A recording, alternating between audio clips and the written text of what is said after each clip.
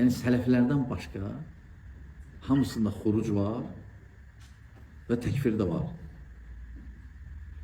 Qeyri-şərtsiz. Yəni onlar, ona görə hamısı bizi təkfir eləyir.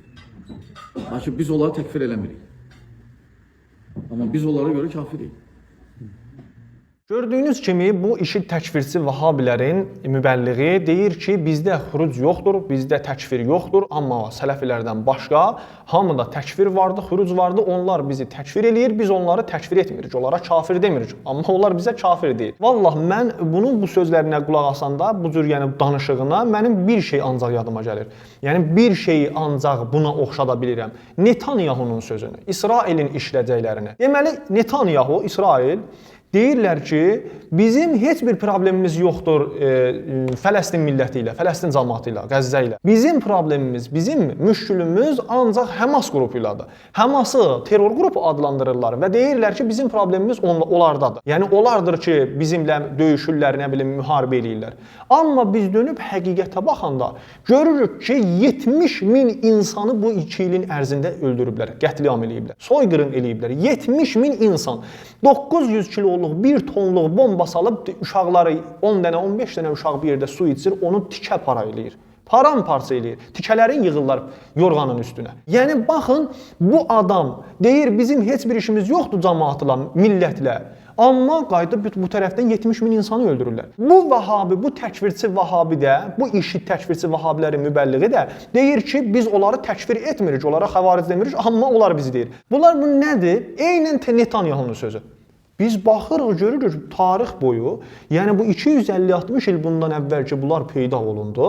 Bunlar həmən zamandan cinayətlər qalmadı törətdilər. Müsəlman cəmaatı, qadını, kişini qalmadı öldürdülər. Soyqırım etdilər, qətliam etdilər. Əzizlər, 1400 il bundan qabağının sözündən danışmıram ki, biri gəlib deyə ki, bunun sənədi zəifdir, bunun sənədi həsəndir, nə bilim, səhihdir. 250 il bundan qabağının sözlərini danışıram sizlərə. Yəni, nə qədər istəsəniz sübutlar vardı, faktlar vardı, sənədli sözlər vardı.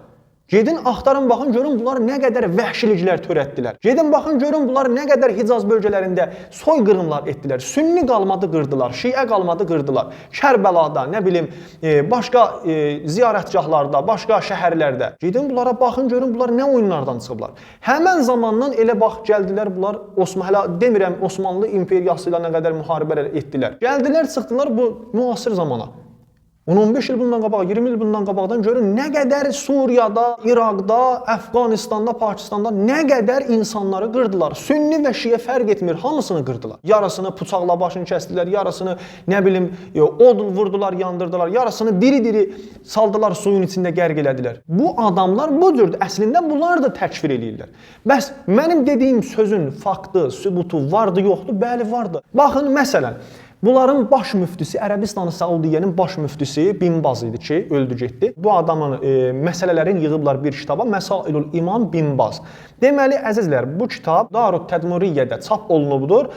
Deməli, 72-ci sualda 48-ci səhifədə bundan sual soruşurlar ki, həl yüsəlləm ələ şiəti, deməli, şiədən salam almaq olar, salam vermək olar. Cavabda deyir ki, la iza əzhəru bidətəhum, la yüsəlləm əleyhim. Deyir, xeyr, olmaz, əgər bunlar bidətlərin zahir etsələr, xeyr, salam alıb vermək olmaz. Yəni, bizləri bidətkar bilirlər. Bunlar, bu Vahabilər, özlərin əsl sünni bilirlər. Ardında deyir, və iza səllu mə'na və ləm yuzhiru şeyən yüsəlləm əleyhim. Əgər bunlar bizim dalımızdan namaz qıldılar və bidətlərin zahir eləmədilər, hə, onda problemi yoxdur, salam alıb vermək olar. Ardında deyir ki, ardında belə gəlibdir, qalə şeyxuna, ər-rafizətul gulatu fi əliyyin əleyhissalam və mən yəsubbunə səhabətə kuffarun. Deyir, hər kəs Həzrəti Əli əleyhissalamın barəsində qulluq eləyir. Yəni, rafizilər kimdilər? Rafizilər o kəslərdilər ki, Həzrəti Əli əleyhissalamı imam ünvanında qəbul edirlər və Həzrəti Əli əleyhissalamı Əbu Bəkir və Ömərdən üstün tuturlar, əfzəl tuturlar. Deyir ki, hər kəsin bu əqidəsi olsa, belə bir əqidəsi olsa, o kafirdir. Və hər kəs ki, səhabəni səbb eləsə, onlara pis söz desə, o da kafirdir. Kim kimi? Kərrafizəti İran vəl-qətif. Qətif Ərəbistanı Səudiyyənin bir şəhəridir ki, şiənişindir. Deyir ki, onların hamısı kafirdir. İranda yaşayan şiələrin hamısı kafirdir.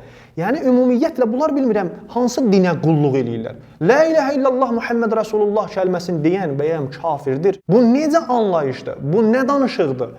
Bəs sən deyirsən ki, bizdə təkfir yoxdur. Bəs bu nədir? Deyin görüm ondan əlavə.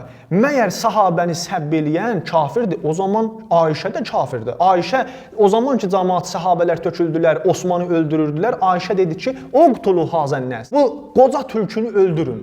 Bu qoca tülkünü dedi, öldürün.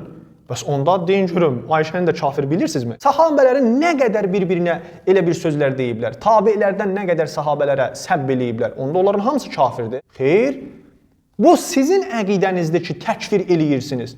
Bu sizin əqidənizdir. Həzrət Əli əleyhissalamın Ömər və Əbu Bəkrə baxışı nədir? Həzrət Əli, Səhih Müslimdə gəlir, Həzrət Əli əleyhissalam onlara deyir ki, siz yalancısınız, siz hiləgərsiniz, xainsiniz, günahkarsınız. Həzrət Əli əleyhissalam da kafirdir.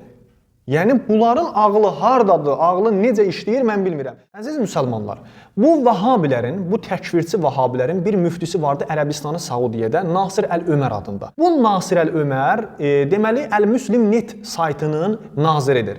Deməli bu adam, yəni ən mundar və ən alçaq, səviyyəsiz Vəhabilərin müftilərindən biridir. Bu adam müsəlmanların görün necə təkfir eləyir.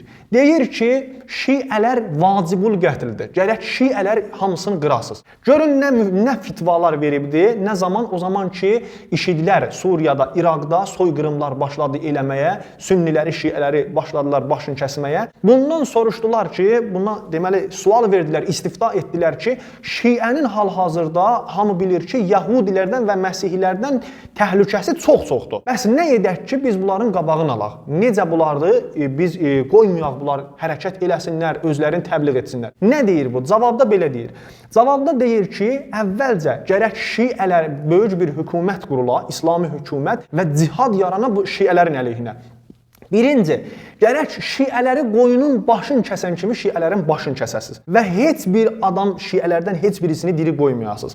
Ondan sonra əclaf sözlər danışır burada ki, istəmirəm dilə gətirəm. İkincisi, gərək onların qadınlarını isarətə götürəsiz, əsir eləyəsiz və öz döyüşçülərinizin arasında adilanə, idalətlə bölüşəsiniz. Hətta onların gözlərinin qabağında təcavüz eləyəsiz olaraq. Baxın, bu adam, bu təkfirçi Vəhabi deyir ki, bizdə təkfir yoxdur, bizdə elə bir şey yoxdur. Üçüncüsü, deyir ki, şiələrin uşaqlarını gərək götürəsiniz, özünüz səhih İslam qaydalarını öyrədəsiz onlara və gələcək müharibələrdə, fütuhatda, yəni şiə ölkələrin fəth eləyəndə onlardan istifadə eləyəsiz. Dördüncü, deyir ki, gərək şiələrin imamlarının hərəmlərini üçürdüb dağıdasız, xaraba qoyasız. Sualım o səviyyəsiz Vəhabi müftisindən budur. Nə üçün bəs Muaviyyənin qəbrini üçürtmürsünüz? Nə üçün Buxarinin, Əhməd ibn Həmbəlin, İbn Teymiyyənin, kimin, niyə onların qəbrini üçürtmürsünüz? Nə üçün axı? Onların yanına da gedib orada namaz da qılırlar, ibadət də eləyirlər, nə bilim onları ziyarət də eləyirlər. Niyə onları üçürdüb dağıtmırsınız? Amma şiənin İmamları gələndə qabağa, Əhl-i Beytin adı gələndə qabağa daş düşür sizin başınıza. Nə üçün bu cür olur axı?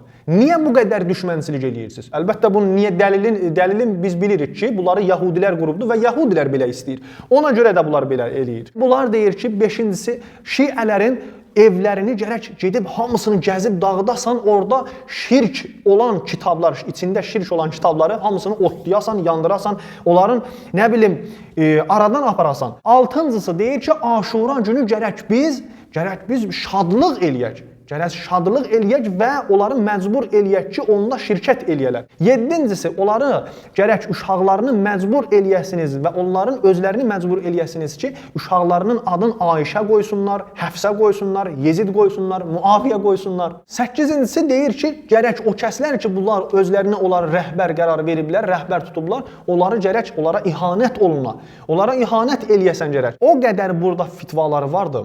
Yəni şiənin küfrünə fitvası vardı, şiənin başın kəsməsinə fitvası vardı. Hətta mundar fitvaları vardı bu adamın.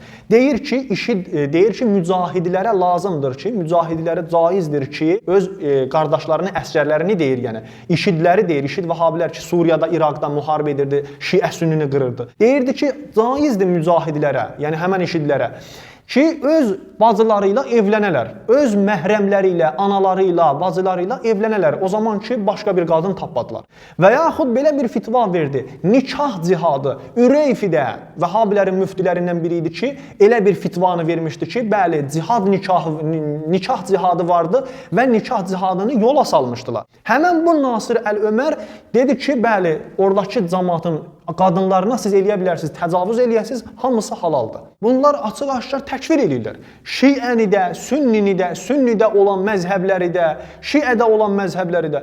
Amma gəlib bu cür borclu çıxardılar cəmaatı ki, onlarda təkfir vardı, onlar bizi təkfir eləyir, amma bizdə o elə bir şey yoxdur. Yəni səndə bu həddə cahiliyyət vardı ki, və bu həddə səndə xainlik vardı, hiləgərlik vardı ki, bu cəmaatı aldadırsan. Görün bu insan nə qədər Allahdan uzaq düşübdür ki, bu cür yalan iddialar eləyir.